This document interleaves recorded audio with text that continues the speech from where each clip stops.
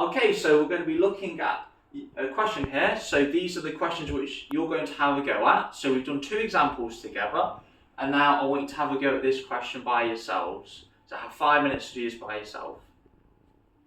Okay, let's come back together. So at this point, I might either go around the classroom and look at individual answers, and then students who have completed it correctly could go on to the next question. This is how I would do it as a teacher.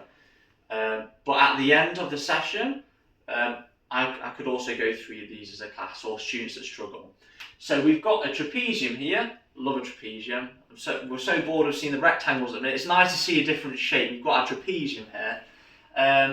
And we need to find the area of the trapezium. Now, I know the area of trapezium formula, it's tricky to remember. Square, nice and simple. Rectangle, lovely. And I love a good triangle. But a trapezium, a bit more tricky. So our area for trapezium, a plus b over 2 times h. So a and b here are the lengths of our parallel sides. And we've got h here is our vertical height. Now, really important, it's the vertical height and it's not the slanted height, because sometimes they might add that on the exam just to confuse you. So it's just the perpendicular height there that we're using. So, and it's a bit more tricky because we've got algebra, but it's still same formula, same principle. So I've added here our two lengths, x plus 3 and 3x plus 2, so they're our a and b. And we're dividing it by 2 and timesing it by our height, x minus 1. And that will equal 10, because they've told us that the area is 10. And then we're simply doing what we've done before. I mean, we've done a lot of this today. We're multiplying both sides by 2 and then rearranging it, and we get our nice formula again. So we're getting more of the idea now. It's the same sort of problem, just with a different shape, but it's pretty much the same. And then here, we're solving the equation. So what are we going to do?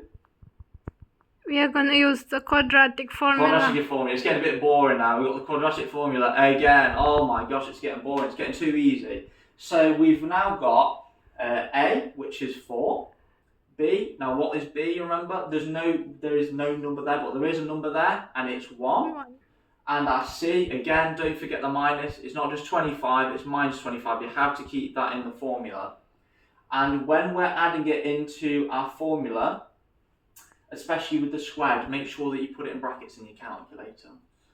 And when we solve that, we get x is 1.73 or minus 3.48. And we've done this a lot now, so we know that, ignore the negative solution, we can't have that as a length, so we get our x is 1.73. But remember, we haven't finished yet, we've still got a little bit extra to do, because even though we found x, we've got to calculate the length of AB.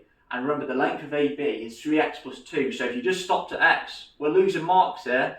So we've got to do 3x plus 2, so we're timesing our x, 3 times 1.73, adding on 2, and I get 7.19 centimetres. And remember, 2 significant figures. So actually, what have I done wrong here? Can anyone tell me what I've done wrong here? So I've got 7.19, but is that right?